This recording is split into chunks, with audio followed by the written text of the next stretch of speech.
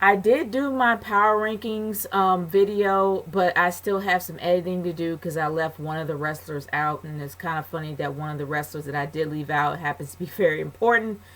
But at the moment, I am still kind of I'm still a little off after what I saw with the number one contenders tag team tournament. With what happened to Enzo. Um, it's surreal. I didn't. It happened so quickly. You didn't know what was going on. I thought I was like, okay, what just happened? And I saw the replay, and even though he kind of grazed the second rope, he had enough momentum that it just knocked his head on like knocked his head on the mat, knocking him clean out. He looked dazed. And looking at his eyes kind of glossed over, he was completely knocked out. He was unconscious. And it was just surreal to watch, and my prayers definitely go out to Enzo, but it's truly a blessing that he's able to move his arms and legs and he's able to speak. And even though he has a severe concussion, it's still a blessing that the man is still able to move. He could have been completely paralyzed or worse, and I thank God that he's all right. I really do. I thank God that he can still speak and move. Thank you, Lord. But that's just a real surreal moment, and I'm still just it hasn't dawned on me yet. But there was a pre-show match. There were two pre-show matches, and I just got a glimpse of Baron Corbin and Dolph Ziggler. And I will say this, from the middle part that I actually did see, I didn't even know that match was going to even be on the pre-show. Or the pre-show. I actually thought it was going to be on the card. But after seeing it, of course, Dolph Ziggler will always give it his best, and Baron Corbin, I don't know. In my opinion, Baron Corbin struggles with trying to keep up with the performers that he's with. Like, when you have good chemistry with a wrestler, you would know how to balance that wrestler out, and you would actually be able to have that same momentum as your opponent. Just for example, Randy Orton, every single match that he is in with an opponent that is quicker than him, he brings out his A game to try to balance that out. And it actually makes them both look good. Baron Corbin is still struggling with that. He's not a horrible wrestler. He has a massive amount of potential, but he just couldn't keep up with Dolph Ziggler. Dolph Ziggler is a really, really, really quick, fast-paced type of guy. And Baron Corbin has a really steady pace. He's not slow by any means, but he just had a difficult time keeping up. But seeing how that Dolph Ziggler ended up beating Baron Corbin, I guess that means the feud is over, or maybe it's going to go into Extreme Rules. I'm not sure, but it's not really a match that had a lot of promotion. It actually did have a few moments on Raw to where they were actually feuding back and forth, and it was enough for people to care. But honestly, I really didn't care much about it because I will admit this. I think I predicted that Baron Corbin was going to win. But honestly, I was really shocked that it was Dolph. I guess they wanted to cap this whole thing off, and maybe they have something else in mind for Baron Corbin. But other than that, the match wasn't bad. It wasn't horrible. It's just I think Baron Corbin needs to have a little work and try, mostly in pacing, especially keeping up with the opponents that he's in, so it can be a well-balanced match. So not only the opponent looks good, but also he looks even better. But that's something that's a work in progress. And plus he's actually new to the WWE roster. Well, I mean, he's actually new to the WWE main roster, so he has to figure out their style and try to balance it out. So that's going to be adjusting. It's going to take a while. But let's move on to the other kickoff match, which happens to be Kalisto versus Ryback. I actually thought it was hilarious that he had the pre-show stopper belt. A few people on Twitter actually did point that out, and when I saw that, I just straight up laughed. My friend Freddie at the CC Network YT on Twitter, he actually did point that out. Hilarious. Okay, Fave actually pointed that out too. It was pretty funny. It really, really was.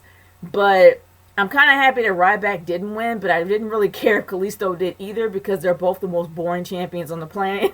There's really nothing interesting about both of them. So it was kind of a match I didn't really care about. But other than that, the match was actually pretty good. It started off a little slow, but it started off like slow and steady, but then it started to pick up the pace, and it actually did look pretty good. I wish I had the opportunity to see this live at WrestleMania 32, But you know what happened. I've already explained it before, and I'm not going to get into it. But honestly, it was a good match. It really was. I just wish I had a match to compare it to. But since I don't, it's all good. I'm going to keep on moving from there. Now, like I said, the first match of the night was supposed to be the number one contenders match, but we ended up having a New Day coming out to promote it, which was kind of interesting. And you know how nerdy Xavier Woods is when he gives literally a shout out to.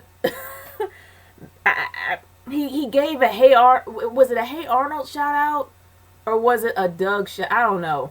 Yeah, I think it was. I don't know. Like, I think it was a Hey Arnold. No, that was Enzo that did that. Other than that, there was like literally so many throwback retro shout outs. It was literally hard to keep track of what was what. I literally laughed my butt off when I heard that Xavier Woods was giving a shout out to Beyonce to literally be her side piece. Like, I thought that was funny. And Xavier Woods just straight up went out there and just like, look, if you need anybody to get revenge with, I just look to me. I'm on Twitter. I'm on there all the time. I laughed. That was really, really funny. But there were so many throwback shout outs going on with Enzo, and Cass's promo was just funny. His promo was all over the place. It made no sense whatsoever. But that is kind of that's the charm of Enzo Amore. Like, you know that he makes zero sense with anything that comes out of his mouth, but it is so funny how he spits it out there that it's just to the point where you don't even matter. It doesn't even matter. I know Hulk Hogan has done worse. I know Ultimate Warrior has definitely done worse. And we all know that Sid Vicious has done worse. But other than that, it's still funny. It's still really entertaining, and I did enjoy it. And Big Cass tried to even it out and make it to where he was in sync with Enzo, but it was just funny. I couldn't stop laughing at their promo. And then here comes the Vaudevillains. That match probably would have been great. It would have been a classic grapple match, but it's just a shame how it ended the way it did. And like I said before, my prayers definitely go out to Enzo Amore. I hope that he will do better, but I know that Enzo and Cass, their push is going to diminish. Unless they're going to push Cass to be a singles guy, which I hope not, because that's going to really ruin the balance of the tag team if they do that. But they got to do something with Cass. So more than likely, they're probably going to push Cass to be a singles guy until Enzo gets better. I don't know what's going to happen with the Vaudevillains. This is supposed to be their push, and it's a shame that Simon Gotch. I'm hoping that Simon Gotch doesn't get in trouble for this. I really hope he doesn't, because I don't believe it was on purpose. It was by accident. It was just so much momentum that Enzo had that he literally just hit the second rope and bounced his head off and hit the ground, which was very devastating to watch. But I'm hoping that Simon does not get in trouble for this. I hope it doesn't ruin the Vaudevillains push over an accident. That would not be fair. That wouldn't be fair to the Vaudevillains at all. But I'm hoping that they don't lose the number one contendership. But actually, no, they really didn't win it at all. So I'm really hoping they don't give up on it and they actually do decide to redo it again, but with a whole bunch of new fresh tag teams, which would probably be monotonous. But other than that, if they decide to do the match at Extreme Rules, I'm still for that too. But a lot of people wouldn't consider that fair because Enzo got knocked out. So they don't really know where they're going to go with this. If they go either way, I'm still cool with it because this is an accident that just was not meant to happen, but unfortunately it did. And I've talked too much about this, so let's move on to the other matches. Okay, the match between Jericho and Dean Ambrose. Yeah, the one thing I'm going to say about Jericho and Dean Ambrose is that it started off real slow. And some of these matches actually did start off slow. And the reason why I want to talk about this now is because it's like, the thing about it is, after what happened to Enzo, and I guess before I actually go into that match, what happened to Enzo, they knew they had to pick up the pace. They knew they had to pick up the morale of this pay-per-view and not let it fall flat. So what was the best choice? Definitely bring up Kevin Owens and Sami Zayn in their huge feud of a match. which is a great idea. And it took me a minute to remember that match. But that match was phenomenal. Not only was it really fast paced, it was steady, it was fluid, it was brutal. The spots were amazing. I enjoyed that match. Everyone knew that that match was going to be the highlight of the night. And it was. It really was. It's a shame that Kevin Owens won, though, because I thought that Sami Zayn would get his comeuppance. Hence why they call it Payback. And I'm going to get into that a little later. But the thing of it is that we all wanted Sami Zayn to win because Sami Zayn was actually put out for a very long time. He actually had that right to win. But when having Kevin Owens win, it ends up being a promo between him and Byron Saxton. He looked like he was going to literally devour him. And honestly, he stayed for the IC match. He stayed for the IC Championship match that came on after that match. But then, here comes the IC Championship match between Cesaro and The Miz with Maurice coming out with him. That was a good match. It was. I was really impressed with The Miz. The Miz has definitely improved over the years. There was to the point where The Miz had his own pacing, but he really knows how to balance it out now. He knows how to make not only himself look good, but he also can make the opponent look good as well. And it was a great fit. I loved it. Cesaro dominated most of that match, but The Miz did not look bad throughout the whole match at all. That's just my opinion. I think he's quite entertaining as a heel, and Cesaro was excellent as a babyface. Not to mention that Cesaro was dominating The Miz with those forearms right and left and right and left. I enjoyed every bit of it. I really did. The only thing that kind of bugged me was the fact that Sami Zayn out of nowhere just started beating the crap out of Kevin Owens. And it just became a chaotic match. It was just a chaotic moment where they got up on the ring just to distract the ref. And then all of a sudden, you end up getting The Miz with a quick pin.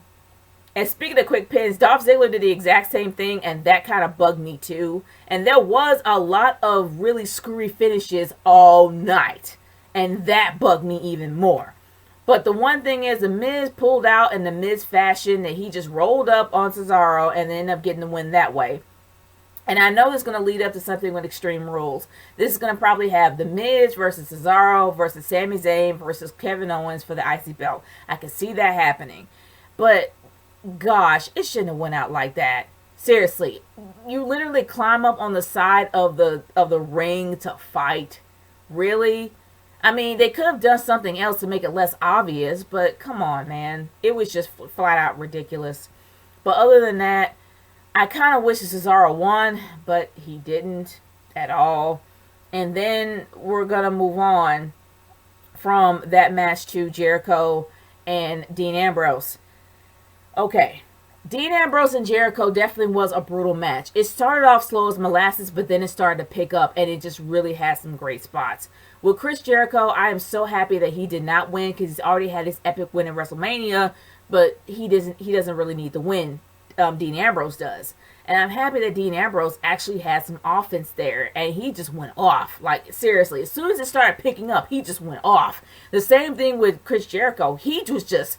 The walls of Jericho looked a lot more painful than it's ever looked. I mean, seriously, the fact that it was towards the very end of the match, he was literally sunk down a lot lower for the walls of Jericho to where you actually could see the bowing of Dean Ambrose's back. It looked painful. Not as painful as on the table, as what Michael Cole would say. It just looked flat out painful because it was actually bending a lot further down. But other than that, oh my gosh. It had some great spots. I enjoyed it. I really did. I really did enjoy that match. I honestly did. But I'm going to go into a match that I absolutely hated. Seriously, I hated this match. I hated it. I hated how it started. I hated the middle of it. I hated the continuation of it. And it had one of the worst finishes I have ever witnessed in my entire life. And I hate to say it, but I honestly thought in my predictions that this was going to be my main event of the night. I was wrong. I'm talking about the women's title with Natalya, with Brett in her corner, versus Charlotte with Ric Flair in her corner. Now, this is what really got me pissed. This was one of the slowest matches I have ever seen in my entire life. I've actually saw on the network, on NXT, when Charlotte was at NXT and Natalya wrestled her. That was one of the best matches, best top 10 matches I have ever seen in my life. The matches was, I mean, they were, not only was the pacing steady and fluid, these women were like just flat out brutalizing each other. Not to mention that Natalya was giving it her all, Charlotte was giving it her all. You could tell, and even with even with Brett and Ric Flair on the side, they were cheering them on. They didn't really do anything or interfere with it, even though we know that Ric Flair's the dirtiest player in the game. He was looking at Charlotte as his daughter, going for the NXT Women's Championship as moral support. And I was fine with that. That was one of the most amazing matches I've ever seen. And I actually tweeted and put that on Twitter and tweeted that. That's one of the top 10 matches. Best match ever. Hashtag best match ever. It was. But good gravy, was this match slow. I'm like, what is this? Natalya can do a lot better than this. As well as Charlotte. What happened? It was like watching... I'm not even going to insult it. It's not that bad. It wasn't that bad of a match to call it Cole versus Lawler. No, it was not. It was not that bad. But these women were able to pull off all stops. And it was just as slow as ever. I haven't ever seen anything that slow in my life. It rarely picked up pace. And here comes the kicker. They decided, maybe the writers or whoever made the decision, all in their infinite wisdom, to rehash the Montreal Screwjob in Chicago. Yeah, that made plenty of sense. Not only has Natalya not had a title in a very long time, several years at that, you're going to rehash one of the most painful moments in Bret Hart's life. And we actually thought he got over this. No, it's like digging a hole in an old wound and putting salt in it. And adding salt water. That's pretty much what they did. I don't know why they thought this was a good idea, but it was not. I was so pissed when I saw this. I would have been fine if Natalya just lost clean. But they decided to rehash one of the most painful moments of her uncle's life. Just for a double sharpshooter. Stupid. Flat out stupid. And speaking of stupid, we end up having 20 minutes of a McMahon, whatever it was, in the ring over something that was obvious. You had Vince McMahon coming out, deciding who was going to run Raw. We all knew, and the fact that he had evidence in Vince's face with every article of every wrestling newspaper or every major newspaper known to man talking about how great Shane has been doing Raw, you're going to say that Stephanie has valid points. Yeah. We know that Stephanie and Triple H have been running Raw for years, and it's been like one of the worst ratings in history. Not to mention, it is mind-numbing to even get through 3 hours when they were running it. Shane actually made 3 hours fun to watch, and he did not make it tedious to where we see the same matches rehashed over and over and over and over again. So they thought that he said, I want to see blood. I want to see people go at it. Yeah, you want to see your kids fight to the death over who's going to run Raw. Why are you still working? Why aren't you retired? Seriously. That's the dumbest thing I've ever heard. I would have been fine if Vince just didn't go the heel route and just decided to be a businessman. If you legitimately have evidence in your face showing that your son clearly outranks your daughter in every single way of how good you're running the show and how well you're bringing fans to the show and new fans at that, and as well as the sales have gone up with WWE Network because you're on it, that would obviously tell you who should be running. Instead, we have Stephanie and Shane running Raw for Monday. Yeah. And it took 20 minutes to make that decision. Enough said. But let's move on to one of the matches that a lot of people had something in. Everybody has something invested in this match, including myself. To be completely honest with you, I was wondering whether or not the Balor Club, the Balor Club or the Bullet Club was actually going to make their debut tonight. I was looking forward to actually seeing them. Did we get anything? Nope. We got nada. Zero goose egg of any kind of debut ever. And it was the most annoying thing ever. Because honestly, the match had some amazing spots. It started off slow. It did. But let's be honest, none of it was Roman. I don't care what anybody says, oh, you're being hard on Roman. No, I'm being real. Roman Reigns cannot carry a match. He can never carry a match. He still needs some work. He's getting there, but he ain't there yet. The person that was carrying the match was AJ Styles. He was the one with the most spots.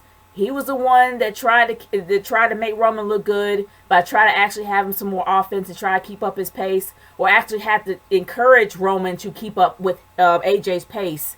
But it was all AJ, nothing Roman. Just flat out. Not being a Roman hater, but I'm just being real here. It wasn't Roman. Not at all. But in the very end, when you got Shane coming out saying that, we're going to have this match continue with no countouts, then you have Stephanie coming out saying it's going to be no DQ, you know what's going to happen there. Like, you know that Gallows and Anderson is going to come out. Whether or not they're going to come out as a Bullet Club, we have no idea. This is what we were waiting for. We didn't even get that. All we got was for them to interfere, help AJ Styles. AJ Styles landed the forearm, still got a kick out from Roman. And then from there on, we knew that Roman was going to win. It was just a given. I kind of knew that AJ Styles was going to win, but I was hoping that he would. Because honestly, and I'm going to get into my thoughts here, you can't call a pay-per-view Payback with no payback. Nobody got payback. Not a freaking one. There was no belts that changed hands. There was no moments where revenge was taken, to a revenge was quenched, or whatever, however you say it.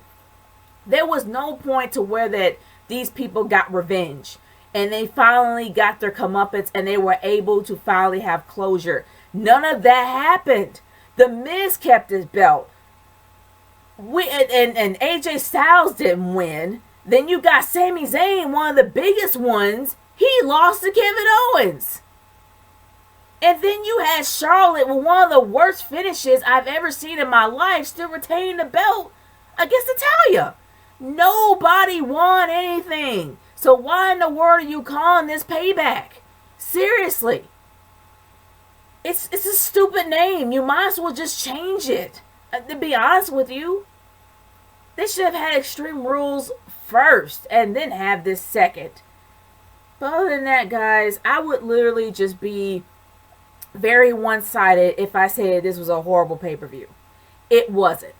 It did start off with a very devastating moment seeing what happened to Enzo, but they kind of picked up the pace throughout. Like with Sami Zayn and with Kevin Owens, by far is the highlight of the night.